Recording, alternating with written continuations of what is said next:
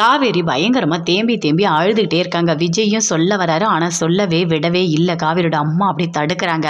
எதுக்காக நீங்கள் பேசுகிறீங்க? நீங்கள் பேசவே கூடாது. என் பொண்ணோட வாழ்க்கையை எதுக்காக நீங்கள் அழிச்சிங்க? ஒரு பச்சை பொண்ணோட ஆப்ரேஷனுக்கு பணம் கேட்டால் அதுக்காக மானத்தை அடமானமாக கேட்பீங்களா? உங்கள் பணக்கார புத்தியை காமிச்சிட்டிங்க, என் பொண்ணோட வாழ்க்கையை அழிச்சிட்டிங்க அப்படின்னு சொல்லிட்டு காவேரியோட அம்மா பயங்கரமாக அப்படியே கத்துறாங்க. கையெடுத்து கும்பிடுறாரு. தயவு செய்து நான் சொல்கிறத ஒரு நிமிஷம் கேளுங்க அப்படின்னு சொல்லிட்டு விஜய், நீங்கள் பேசவே கூடாது, தயவு செய்து நீங்கள் பேசாதீங்க, எனக்கு பயங்கரமாக கோவம் வருது அப்படின்னு சொல்லிட்டு சாரதா சொல்கிறாங்க. எல்லாருமே சேர்ந்து மாற்றி மாற்றி கத்திக்கிட்டே இருக்காங்க. உடனே தாத்தா சொல்கிறாரு, இங்கே பாருங்கள், நடந்த எல்லாமே எனக்கு தெரியும் அப்படின்னு சொல்கிறாரு. அதை கேட்டோன்னே அங்கே இருக்க எல்லாருமே அப்படி ஷாக் ஆகுறாங்க. என்னது, உங்களுக்கு நடந்த எல்லாமே தெரியுமா அப்படின்னு சொல்கிறாங்க. ஆமாம், எனக்கு அக்ரிமெண்ட்டு இப்போ கொஞ்ச நாளைக்கு முன்னாடி தான் எனக்கு தெரியும். அவங்க 2 பேரும் சேர்ந்து சந்தோஷமாக தான் வாழ்ந்துட்டுருக்காங்க. அது எல்லாமே ஒன்றுமே இல்லை, அவன் அந்த அக்ரிமெண்ட்டையும் மறந்துட்டான் அப்படின்னு தாத்தா சொல்கிறாரு. என்ன பேசிகிட்டு இருக்கீங்க? இவங்க 2 பேரும் எப்படி சேர்ந்து வாழ்ந்தாங்கன்றத அவர் பேசுனதுலேயே தெரிஞ்சிடுச்சு. இப்போ தான் பேசினாரு, 1 வருஷம் ஆயிடுச்சு, அக்ரிமெண்ட் முடிஞ்சிச்சு, உங்கள் அம்மா வீட்டுக்கு போனால் அவர் தான் சொன்னாரே. ஓ, அப்போது உங்கள் எல்லாருக்குமே தெரிஞ்சும் என் பொண்ணோட வாழ்க்கையை எல்லாரும் சேர்ந்து அழிச்சிட்டிங்களா அப்படின்னு சாரதா கேட்குறாங்க. அதை கேட்டோடனே உடனே ராகினி சொல்கிறாங்க, இங்கே பாருங்கள், இங்கே இருக்கவங்கெல்லாம் யாரும் வாழ்க்கையை அழிக்கலை, நீங்கள் தான் அழிச்சிருக்கீங்க. 1 வருஷம் வாழணும்னு சொல்லிட்டு கான்ட்ராக்ட் போட்டது உங்கள் பொண்ணு. எங்கள் விஜய் மேலே எந்த தப்புமே இல்லை அப்படின்னு சொல்லிட்டு அப்படியே ஒரு மாதிரி பயங்கரமாக சந்தோஷமாக அப்படியே சிரிச்சிட்ருக்காங்க. அப்போ கரெக்டாக பசுபதி வராரு. வந்தவொடனே எல்லாருமே பார்க்குறாங்க. வந்தவொடனே அப்படி நிற்கிறாரு. என்ன, எல்லாமே சூப்பராக இருக்கே பார்க்கறதுக்கு அப்படின்னு சொல்கிறாரு. ஆமாம், நீ எதுக்காக வந்த அப்படின்னு சொல்லிட்டு அப்படியே விஜய் கேட்குறாரு. அடிக்கவும் போகிறாரு.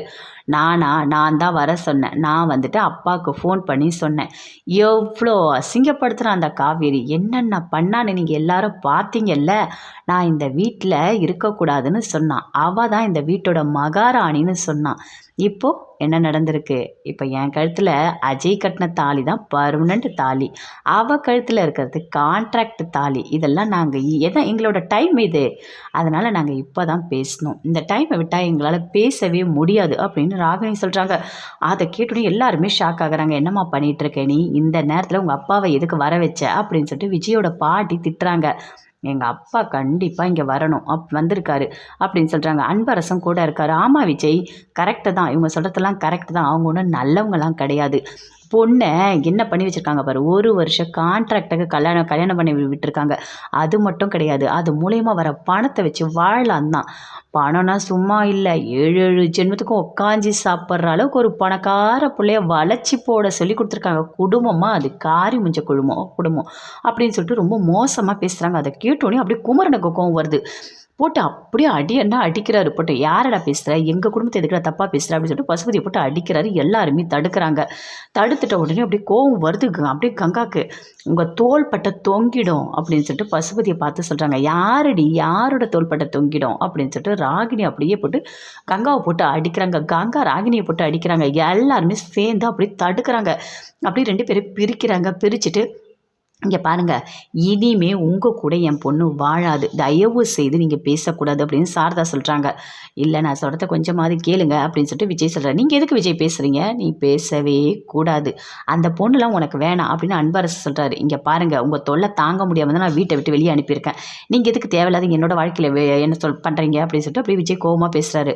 விஜய், நாமெல்லாம் சும்மா கோவமாக இருக்கோம், ஆனால் எப்போ வேணாலும் நம்ம பேசிக்கலாம், ஆனால் அவங்களாம் வெளியே ஆள், புரியுதா அப்படின்னு அன்பரசு சொல்கிறாரு. எல்லாருமே சேர்ந்து ஒரு வழியாக அப்படியே காவேரி வீட்டுக்கு அனுப்புகிற மாதிரியே எல்லாருமே பேசுகிறாங்க. அதை கேட்டோன்னே சாரதாக்கு கோவமாக வருது. இங்கே பாரு, இனிமேல் நீங்கள் இருக்க வேண்டாம், வா, இப்படியாப்பட்டவனோட நீ வாழறதுக்கு நீ ஏன் கூட என் பொண்ணாவே நீ இருக்கலாம், ஒன்றும் தப்பு இல்லை அப்படின்னு சொல்லிட்டு அப்படியே கையை பிடிச்சி இழுத்துட்டு போகிறாங்க. வேண்டாம்னு சொல்லிட்டு அப்படியே விஜய் அப்படி கையை பிடிச்சி அப்படியே இழுக்கிறாரு. காவேரி அப்போ கூட இழுக்கவே முடியல. அவங்க அம்மா கூட்டிகிட்டு போகிறாங்க.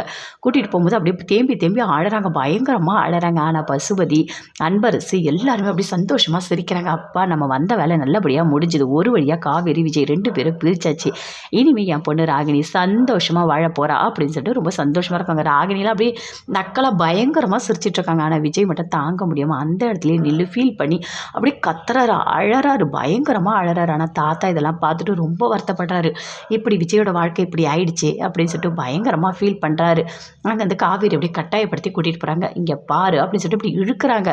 இந்த பக்கம் விஜய் போகிறாரு. அப்படியே காவேரி கூப்பிடலான்னு அன்பரசு எல்லாருமே விஜயை பிடிச்சி அப்படியே உள்ளே எடுத்துகிட்டு போகிறாங்க.